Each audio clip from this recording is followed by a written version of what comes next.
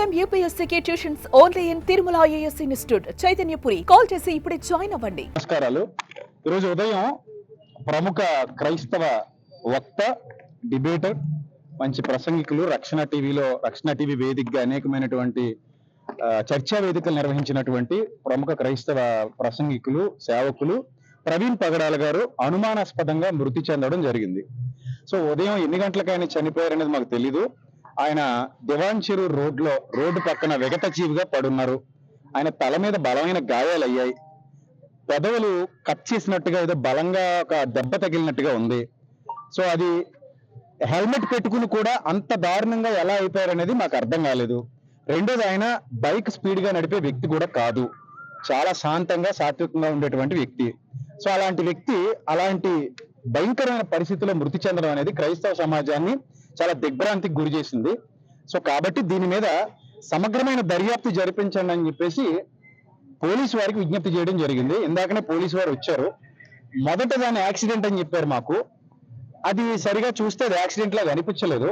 So అందుకే మేము accident అని ఎఫ్ఐఆర్ ఫైల్ చేద్దామని కోరాం. దాని అనుమానాస్పద మృతిగానే ఎఫ్ఐఆర్ ఫైల్ చేయమని అడిగాం. సార్ అలాగే ఫైల్ చేస్తామని చెప్పారు. ఎస్పీ గారి దగ్గర నుంచి సిఐ గారు అందరూ మాట్లాడారు. అలాగే ఫైల్ చేస్తామని చెప్పారు. మీడియా ముఖంగా మేము కోరుకునేది ఏంటంటే, ఈరోజు పొద్దున కొంతమంది ఆయన మరణాన్ని బట్టి ఎవరు చంపేశారో అన్నట్టుగా కొన్ని పోస్టులు పెట్టారని మళ్ళీ డిలీట్ చేశారని విన్నాం. దయచేసి ప్రభుత్వాలు మీడియా ద్వారా స్పందించి ఈ మృతి వెనక ఉన్న చీకటి కోణాలు ఏమైనా ఉంటే వాటిని సమగ్ర దర్యాప్తు చేసి బయటికి తీసుకురావాలని చెప్పేసి మేము కోరుతున్నాం. అలాగే క్రైస్తవుల మీద ఎంతమంది నోరు పారేసుకుంటున్నారో నిన్న కూడా ఎస్పీ గారికి కంప్లైంట్ చేయడం జరిగింది కొంతమంది వ్యక్తుల గురించి.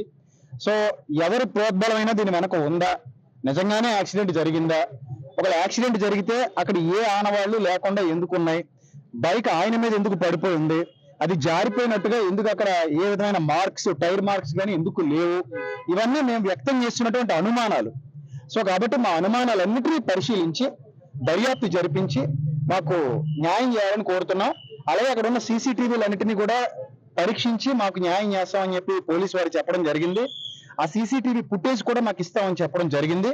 సో దీని మీద కూడా వారు చక్కగా కూలంకషంగా దర్యాప్తు చేసి ఏ విధమైన ప్రలోభాలకి గురి కాకుండా మాకు మీడియా వారు, పోలీసు వారు అందరూ కూడా మాకు సహకరించాలని మనస్ఫూర్తిగా కోరుకుంటూ మా క్రైస్తవుల ఆవేదన ఇది అని మీకు తెలియజెప్తున్నాం.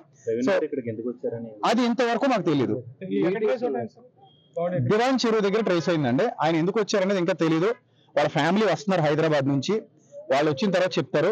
వాళ్ళ కోఆర్డినేటర్ కానీ ఇక్కడ ఉన్నారు రాజమండ్రిలో.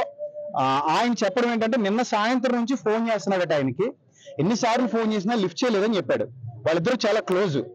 సో ఆ వ్యక్తి ఎన్నిసార్లు ఫోన్ చేసినా కూడా ప్రవీణ్ అన్న లిఫ్ట్ చేయలేదట. మరి నిన్ననే బయలుదేరా, విజయవాడ నుంచి బయలుదేరారని విన్నామండి. అంటే ఆయన ఎప్పుడు బైక్ రైడ్ చేయరండి అసలు. యాక్చువల్లీ కార్ మీద, ఫ్లైట్ మీద జర్నీ చేస్తారు. సో మరి ఆయన ఎందుకు బైక్ మీద వచ్చారనేది కూడా మాకు అనుమానంగానే ఉంది. ఆ బైక్ ఆయన మీద ఎందుకు పడుకుని ఉంది అనేది మాకు అనుమానంగా ఉంది. ఆ ఫేస్ మీరు చూస్తే ఆశ్చర్యపోతారు. మీకు కొన్ని ఇమేజెస్ మా వాళ్ళు ఇస్తారు, ఇప్పుడు మీరు దయచేసి మీరు తీసుకోండి. ఆ ఫేస్ మీద ఏదో బలమైన రాడ్తో కొట్టినట్టుగా, ఒక బొగ్గ పక్కకి జరిగినట్టుగా అలా కనబడుతుందండి చూడడానికి. మరి యాక్సిడెంట్ లా మాకు అనిపించలేదు సార్. అది సార్ విషయం. ఆ ఫోటో సార్ చెప్పిన